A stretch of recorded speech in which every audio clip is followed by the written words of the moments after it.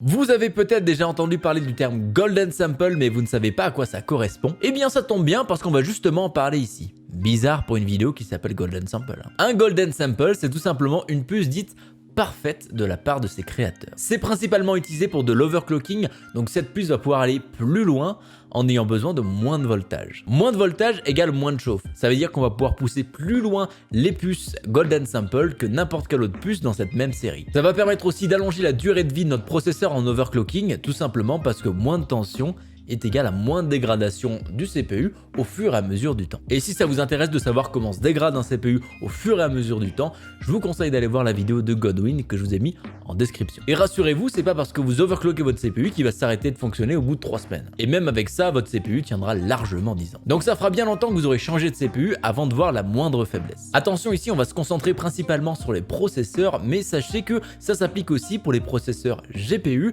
ainsi que pour la RAM. Et plus généralement, tout ce qui va s'overclocker sur un ordinateur. Comment est-ce que je trouve des Golden Samples? Les Golden Samples ne sont jamais vendus en tant que tels par les marques. On ne peut pas le savoir tant qu'on n'a pas testé le produit. Ce sera principalement la chance qui va déterminer si vous avez un Golden Sample ou non, car toutes les puces seront vendues exactement de la même manière. Et pour être tout à fait franc, le constructeur ne sait pas non plus qu'il y a un Golden Sample à l'intérieur. Les tests ne sont pas assez poussés pour déterminer ça, ça coûterait beaucoup trop cher. Après, il existe des techniques pour avoir plus de chances d'avoir un Golden Sample.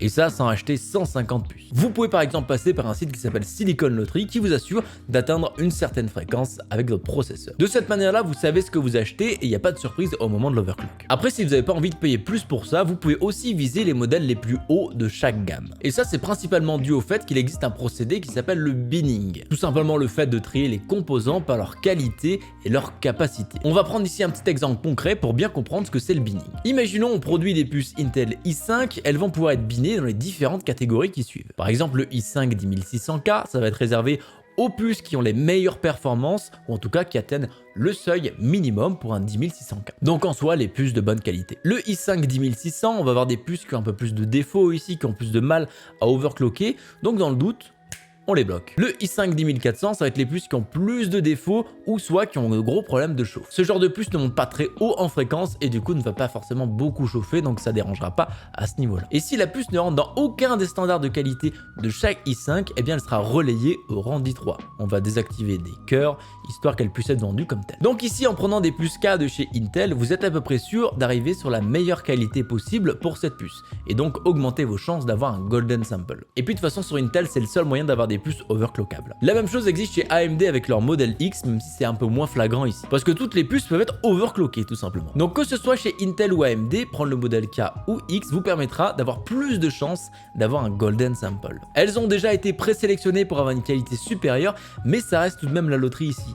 Vous n'êtes pas dit d'avoir un Golden Sample, ça reste même très rare. Et aussi, c'est pas parce que votre puce a été binée plus bas qu'elle ne sera pas non plus un Golden Sample. Par exemple, imaginons qu'un i7 soit biné en i5 10600K. Il est toujours possible que les cœurs qui n'aient pas été désactivés soient parfaits, ce qui fait qu'on aura de bien meilleures performances en overclocking. Et si l'overclocking ne vous intéresse pas, vous pouvez aussi utiliser ça pour faire du downvolting. Car si on peut augmenter la fréquence, on peut aussi descendre le voltage pour une même fréquence, histoire de rafraîchir le CPU et de tourner de la manière la plus efficiente possible. Et parfois ça vient même avec un petit gain de performance. Donc dans tous les cas, un Golden Sample reste intéressant à avoir. On a parlé d'imperfections, mais qu'est-ce que ça veut dire dans le domaine d'un processeur? Les puces ne sont pas toutes parfaites, il arrive que des imperfections se glissent au moment de la gravure. De manière générale, la grande majorité des puces aura des défauts. Mais rassurez-vous, les processus tiennent compte de ce genre de défauts dans les puces. Il y a toujours une petite marge de sécurité, et si on faisait pas ça, le nombre de processeurs qui sortiraient serait infime. Comme on l'a dit, c'est plutôt rare d'avoir une puce parfaite. Et puis sans parler du nombre de déchets et d'argent perdu. Ces puces coûteraient extrêmement cher. C'est notamment à cause de ces défauts que si vous achetez une puce en même temps de même gamme, eh bien elles auront deux résultats différents. On parle pas ici de grosses différences, mais l'un sera forcément un petit peu meilleur que l'autre. Et ça, c'est ce qu'on appelle la Silicon Lottery. Parfois, vous allez avoir des puces qui s'overclockent comme des championnes, ou parfois des patates qui prennent 100 MHz et pas plus. Vous savez désormais ce que c'est qu'un Golden Sample, comment ça marche et comment les trouver. Et puis ça se trouve sans le savoir, vous en avez peut-être un dans votre PC. J'espère en tout cas que vous avez mieux compris ce que c'était et si je vous ai un peu plus embrouillé, eh ben je suis désolé. Merci à vous d'avoir regardé la vidéo et on se retrouve très bientôt pour une prochaine. Ciao!